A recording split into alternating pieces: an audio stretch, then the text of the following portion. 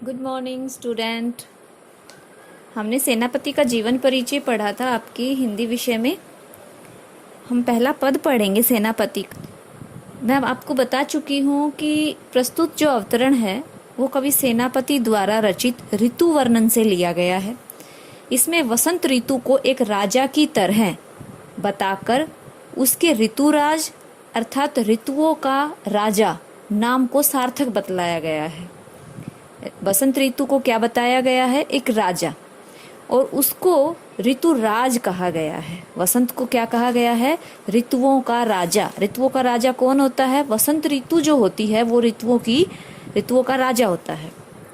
तो जो पहला पद है मैं इसका पढ़ती हूँ कि बरन बरन तरु फूले उपवन वन, सोई चतुरंग संग दल लहियत है, और बंदी जिमी बोलत बिरद बीर को किल है, गूंजत मधुप गान गुन गहियत है।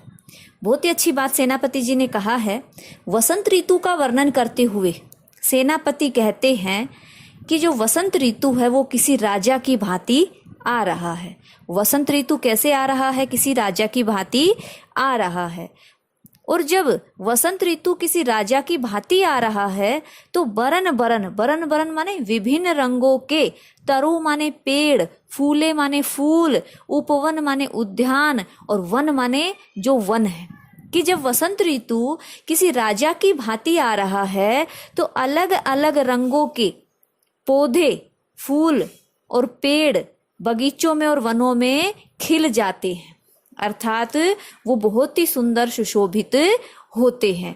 और जब वसंत ऋतु किसी राजा की भांति आता है तो सोई चतुरंग संग दल लहियत है। तो वो अपने साथ लहियत माने किसे लिए हुए आता है? सोई चतुरंग। चतुरंग माने चार अंगों वाली सेना। चार अंगों वाली सेना कौन सी होती है? जिसमें हाथी होते हैं, घोड़े होते हैं, रथ होते हैं, और जो सैनिक पैदल चलते हैं उसे कहते हैं चतुरंग सेना।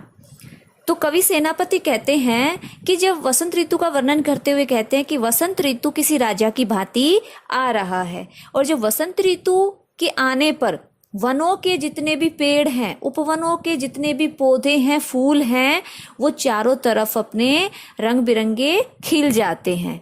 और जो राजा है, राजा की चतुरंगिनी सेना के रूप में सुशोभित होते हैं। बंदी जिमी बोलत बिरद बीर को किल है। और जैसे ही वसंत ऋतु आती है तो वसंत ऋतु बंदी जिमी, जिमी माने जैसे, बंदी माने चारण। मैंने आपको बताया था चारण माने क्या होता है? दास होता है, एक प्रकार का दास होता है। तो बोलत माने बोलते हैं, बिरद माने प्रसन्नता प्रकट करते हैं, बीर माने तोता, और कोकिल माने कोयल। कि जब वसंत ऋतु आती है तो तोते व कोयलों के मधुर स्वर किसी बंदी जनों की भांति सुंदर गान को गाते हैं। गूंजत मधुप गान गुन गहियत है। गूंजत मधुप, मधुप माने भंवरा, और जो भंवरे हैं वो क्या कर रहे हैं? वो मधुर गान को गा रहे हैं, और जो प्रकृति का जो गुण है उसको ग्रहण कर रहे हैं। गहियत माने गुणों को ग्रहण करना, गुण माने गुणों को, गहियत माने ग्रहण करना। फिर से मैं बताती हूँ आपको कि जैसे ही वसंत ऋतु आती है तो वसंत ऋतु के आने से वनों और उपवनों के जितने भी पेड़ पौधे हैं वो अपने अलग अलग रंगों को लिए हुए खिल उठते हैं।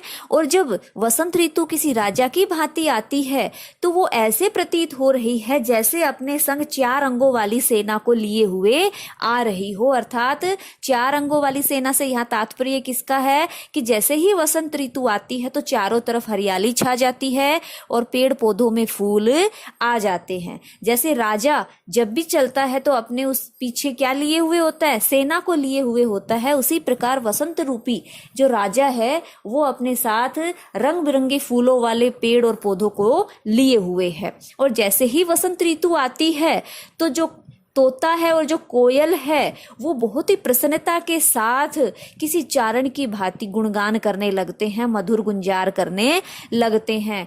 गूंजत मधुप, और जो भंवरे हैं वो भी अपनी मधुर मधुर आवाज में किसकी? वसंत रूपी राजा का गुणगान करने लगते हैं। आवे आसपास पुहुपन, पुहुपन माने पुष्पों की, सुबास माने खुशबू, सोई माने कोई।